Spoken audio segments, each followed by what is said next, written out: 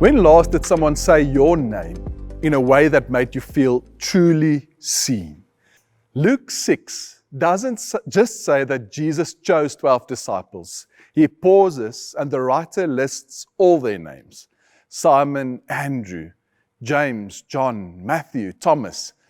And it feels unnecessary unless that's exactly the point.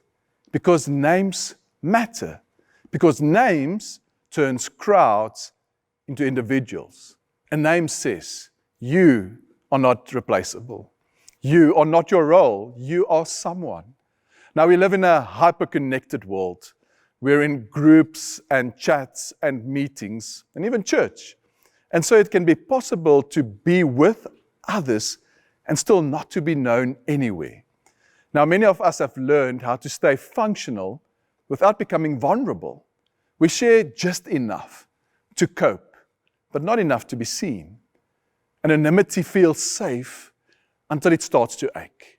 Because deep down, we long not just to be noticed, but to be understood. And Jesus lived personally. He didn't disciple ideas. He discipled people. He didn't keep his distance. He shared meals and stories and questions and silence. Understanding didn't grow through answers, but through presence. And that's why names are important. Learning someone's name is never just a formality. A name carries a story, a past, joys and pain, desires. And maybe that's why we hesitate. Because knowing someone's name means they matter.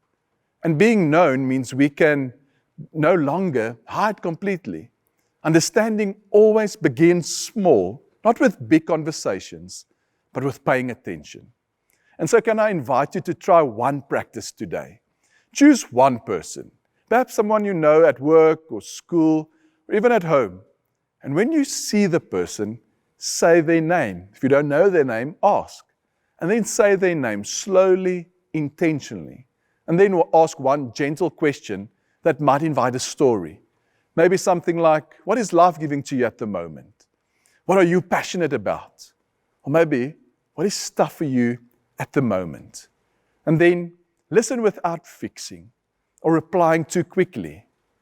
When you say the person's name and you listen to them speak, may a new awe and wonder at the gift of their life arise in you.